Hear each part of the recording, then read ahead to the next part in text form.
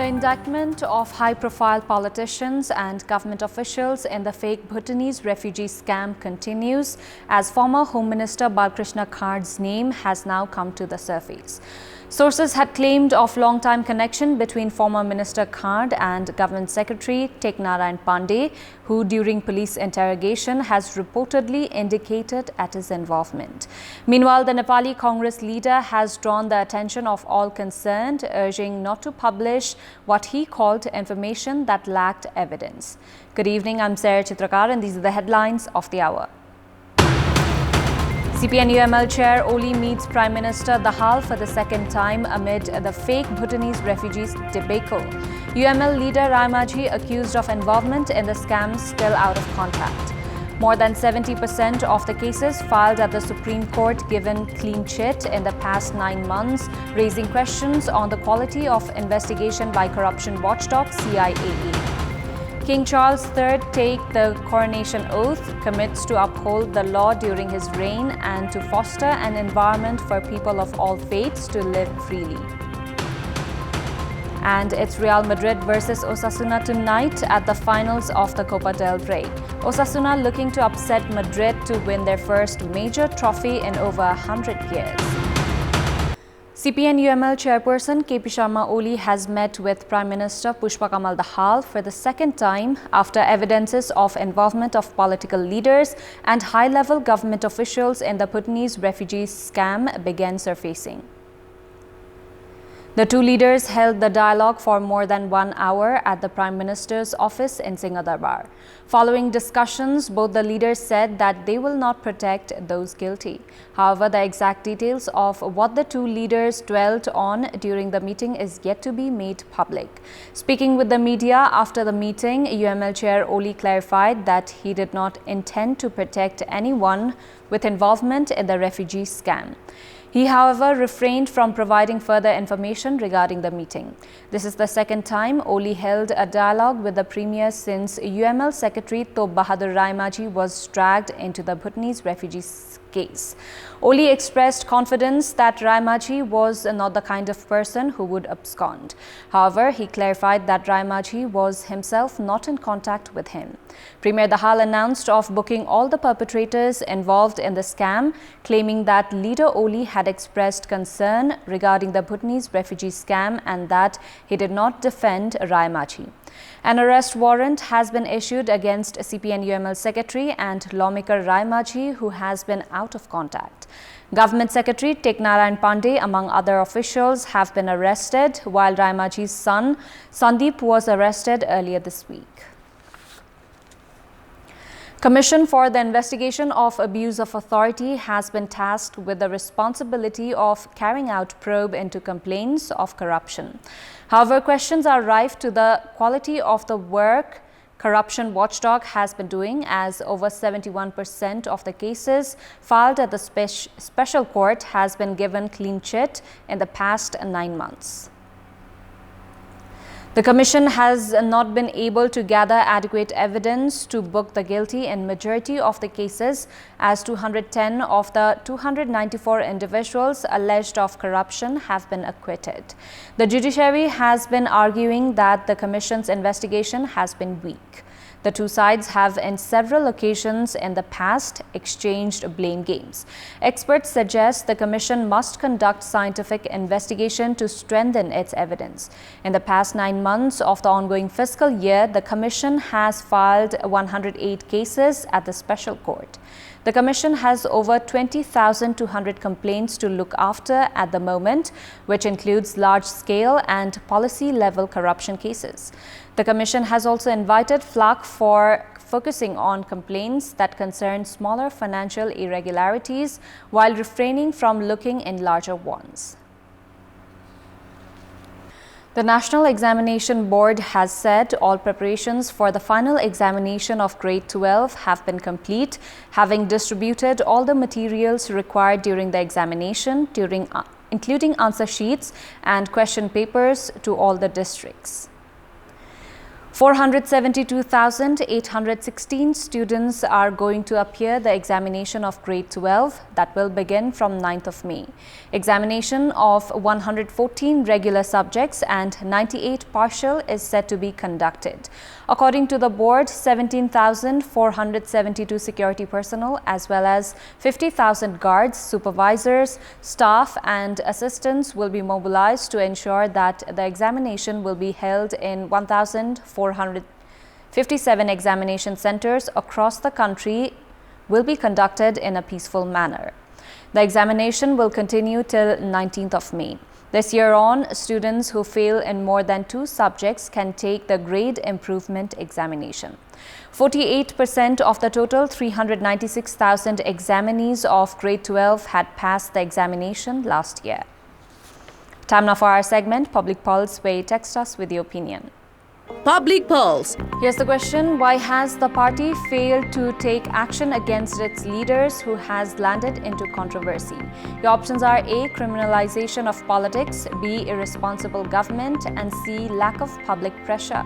Voting is on. Type any WS, select your option A, B or C and send it to 34001 to share your opinion with us. Time now for international update.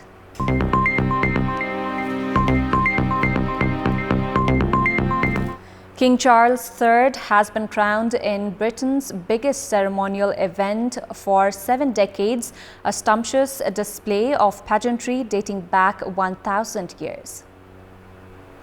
In front of a congregation of about 100 world leaders and a television audience of millions, the Archbishop of Canterbury, the spiritual leader of the Anglican Church, placed the 360-year-old St. Edward's crown on Charles' head as he sat upon a 14th century throne in Westminster Abbey. The history and solemn event dates back to the time of the 74-year-old's predecessor, William the Conqueror, in 1066. Charles's second wife, Camilla, 75, will be crowned queen during the 2-hour ceremony, which, while rooted in history, is also an attempt to present a forward-looking monarchy with those involved in the service reflecting a more diverse Britain and leaders from all faiths. For a nation struggling to find its way in the political maelstrom after its exit from the European Union and maintain its standing in a new world order, its supporters say the royal family provides an international draw, a vital diplomatic tool and a means of staying on the world stage. Prime Minister Rishi Sunak said the display was dazzling. Despite Sunak's enthusiasm, the coronation takes place amid a cost of living crisis and public skepticism, particularly among the young, about the role and relevance of the monarchy. Today's event was on a smaller scale than that staged for Queen Elizabeth in 1953, but still sought to be spectacular, featuring an array of historical regalia from golden orbs and bejeweled swords to a scepter holding the world's largest colorless cut diamond.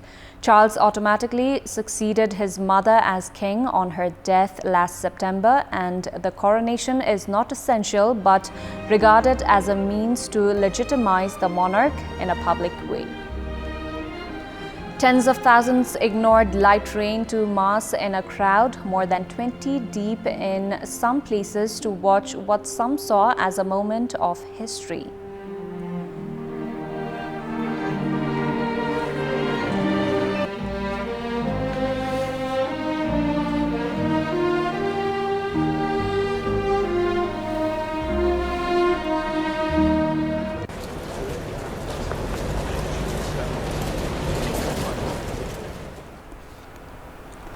Meanwhile, police have arrested the leader of the anti-monarchy group Republic hours before King Charles' coronation and a number of other protesters who had gathered among the crowds lining the procession route in central London.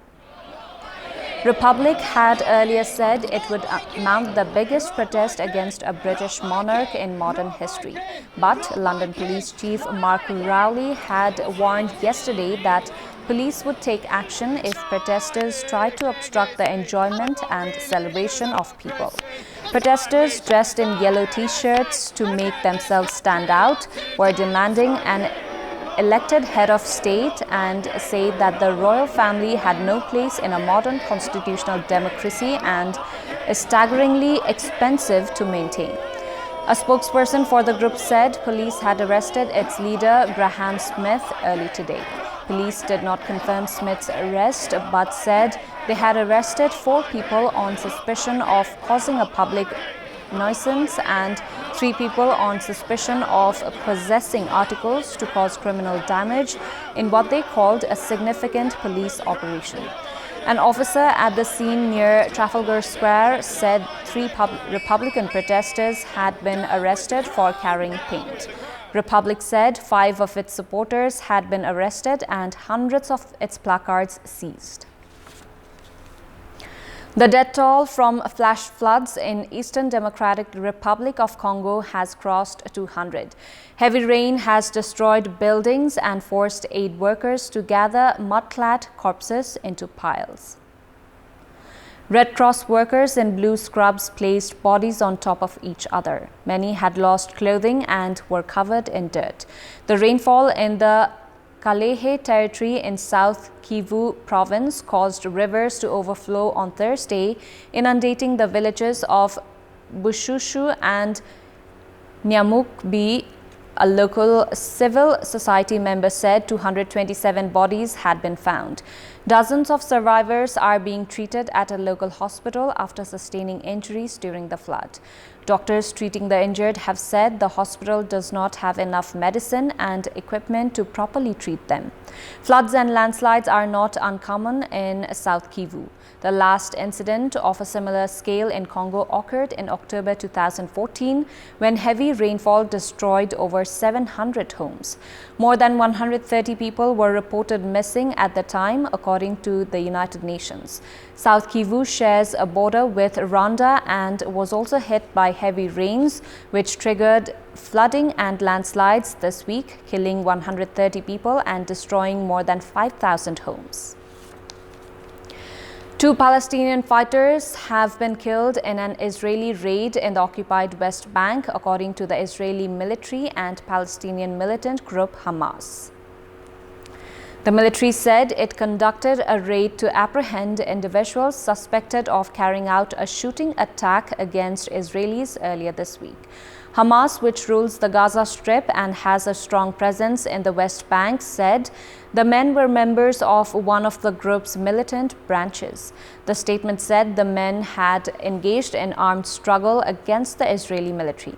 The Palestinian Health Ministry said both men were 22 years old and died of bullet wounds to their chest, neck and abdomen. That's all for the moment. Our next English bulletin will be at 10:30 tonight. Thank you for watching. Bye for now.